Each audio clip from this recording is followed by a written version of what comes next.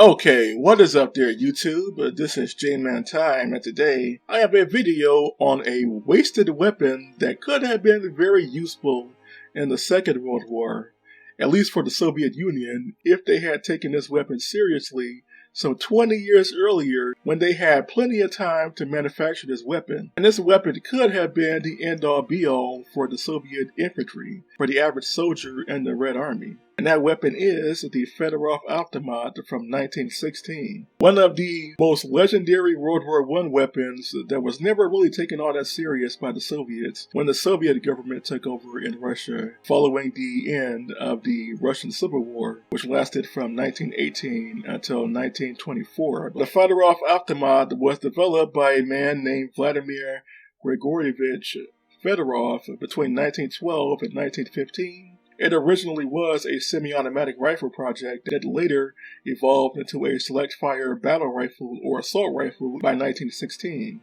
And only about 3,200 of these advanced combat rifles were produced during the First World War and during the few years of the Russian Civil War. After the Russian Civil War, this weapon pretty much fell into obscurity, along with a variety of other experimental weapons designed by the Russians during World War I and the Russian Civil War. Now, the Fedorov Avtomat was chambered for the 6.5 by 50mm Arisaka, which is actually a Japanese round that was produced in very limited numbers in Russia. But keep in mind, the Russians could have produced the 6.5 themselves. This weapon was fed by a 25-round box magazine and had a rate of fire of about 350 to 450 rounds per minute, with some sources saying that this weapon could fire upwards to 660 rounds per minute, which would make it faster than an AK-47 at the time.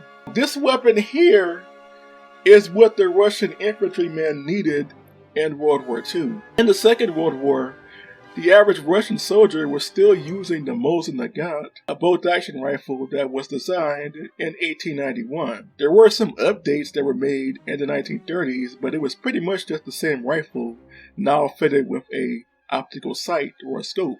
But the Russians could have had this gun instead. Just imagine what World War II would have been like on the Eastern Front if the Soviet soldiers had a Fedorov Avtomat instead of a Mosin Nagant, or if the Mosin Nagant was simply a secondary rifle to the Fedorov Avtomat.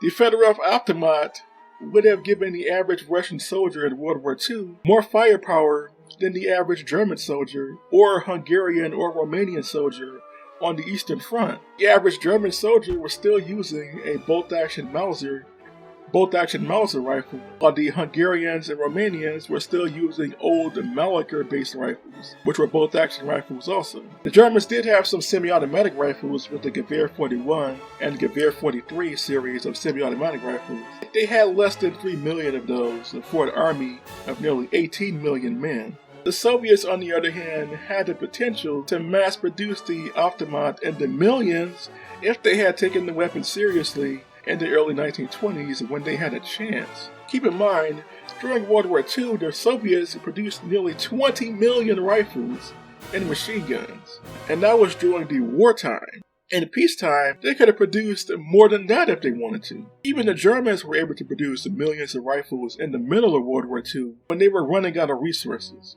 and had to borrow resources or steal resources from neighboring countries. So if the Russians had taken the Fedorov Avtomat seriously in, say, the late 1920s or early 1930s, they could have produced at least 1 or 2 million of these guns by the start of World War II. They produced millions of bolt-action rifles and machine guns and light machine guns and pistols, so they had the potential to mass-produce the Avtomat, but didn't.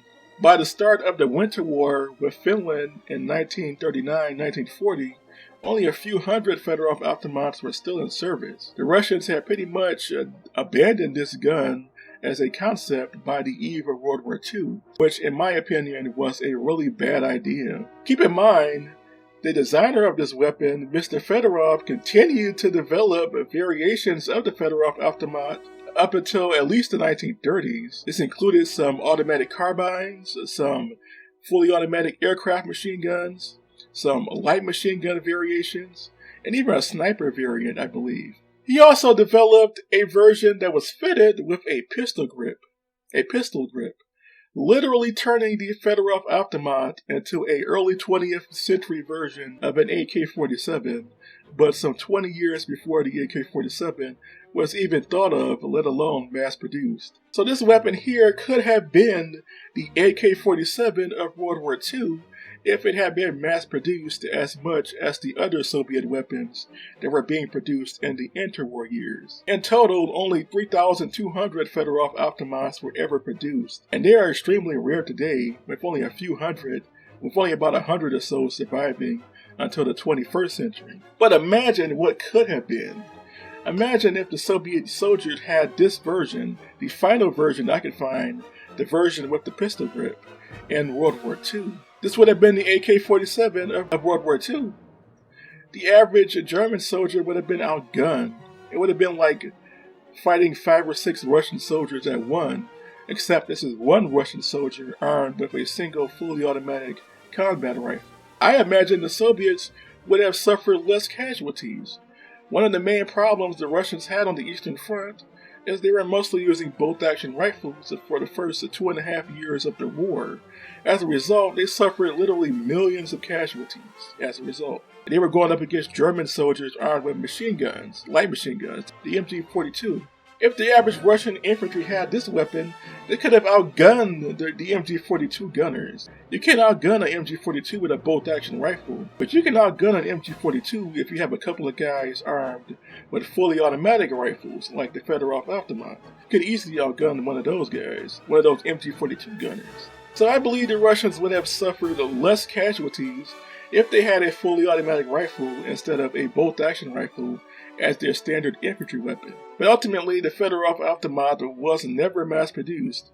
One of the reasons being the Russians thought the weapon was too hard to maintain and clean at the time that this weapon entered service in the middle of World War I.